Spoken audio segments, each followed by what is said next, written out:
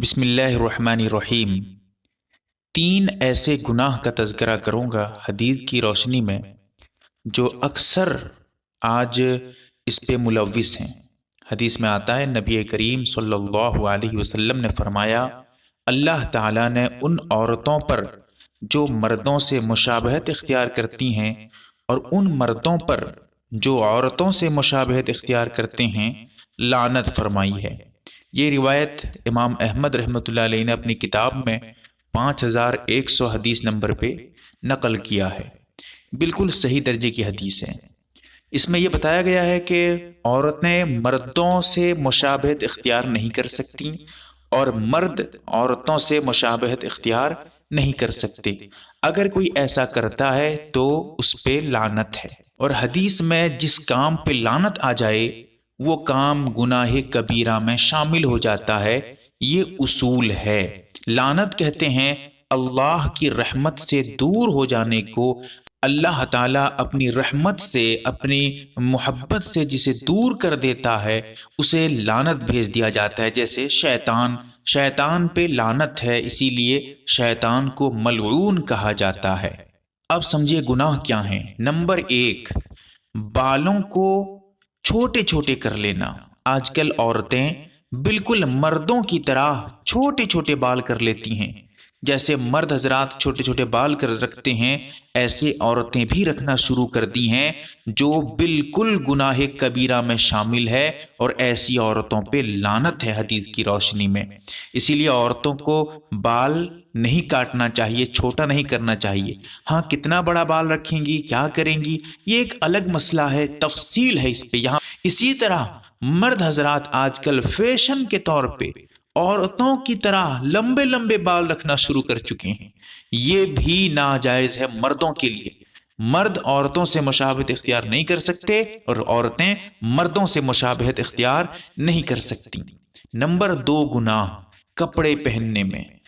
مرد حضرات تو ایسا بہت کم ہوتا ہے کہ عورتوں کا کپڑا پہنتے ہوں، لیکن آج کل عورتیں اکثر و بیشتر دیکھا جائے جو بازار میں فیشنی طور پہ گھومتی رہتی ہیں، وہ مردانہ ڈریس، مردوں کا کپڑا جیسے جینس ہے یا کوئی بھی اور کپڑا جو مردوں کی طرح ہوتا ہے، جو کپڑے مرد حضرات عام طور پہ پہنتے ہیں وہ کپڑے عورتیں پہن رہی ہیں۔ یہ حرام ہے ایسے کپڑے پہننا عورتوں کے لیے۔ کچھ لوگ یہ سمجھ رہے ہیں کہ ایسا کپڑا تو ہم کھلے عام نہیں پہن سکتے، لیکن ہم گھر پہ پہن سکتے ہیں۔ گھر پہ ہم اگر ایسے کپڑے کا استعمال کریں، جنس کا استعمال کریں تو کیا دقت ہے؟ چاہے آپ اکیلے میں استعمال کریں، چاہے آپ لوگوں کے سامنے استعمال کریں، چاہے گھر پہ استعمال کریں، چاہے بازار پہ استعمال کریں، حرام حرام ہوتا ہے، ناجائز ناجائز ہوتا ہے، کہیں پر بھی ہو۔ اسی لیے چاہے آپ وہ کپڑے جو مردوں کی طرح کپڑے ہوتے ہیں وہ اگر آپ گھر پہ پہن رہی ہیں تب بھی ناجائز ہے ویسے کپڑے کا پہننا۔ نمبر 3 گناہ، یہ گناہ مردوں کی طرف سے ہو رہا ہے۔ آج کل فیشن کے طور پہ مرد حضرات بھی اپنے کان چھدوا رہے ہیں، کان پہ بالیاں لٹکا رہے ہیں۔ یاد رکھیں بالکل ناجائز، چاہے ایک کان پہ لگائیں یا 2 کان پہ، کیونکہ بالیاں عورتوں کے لیے ہیں، مردوں کے لیے بالیاں نہیں ہیں۔ اسی لیے مرد حضرات جو کان میں سوراخ کر رہے ہیں اور اس میں بالیاں پہن رہے ہیں یا کوئی اور رینگ ونگ ڈال رہے ہیں کان پہ، یہ سب ناجائز ہے، بالکل گناہ کبیرہ میں یہ شامل ہوگا۔ اس کے علاوہ کئی ایسے گناہ اس حدیث کی روشنی میں ہیں جو علماء نے تفصیلاً اس پہ کلام کیا ہے، لہٰذا میں نے اس سے پہلے بھی کہا میں صرف 3 گناہ کا تذکرہ کر رہا ہوں۔ اللہ تعالیٰ ان گناہوں سے ہماری حفاظت کرے۔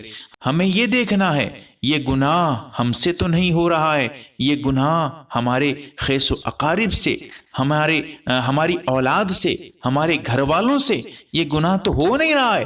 ہماری ذمہ داری بنتی ہے اگر ہو رہا ہو ہم روکیں، ہم انہیں سمجھائیں، ہماری ذمہ داری ہے۔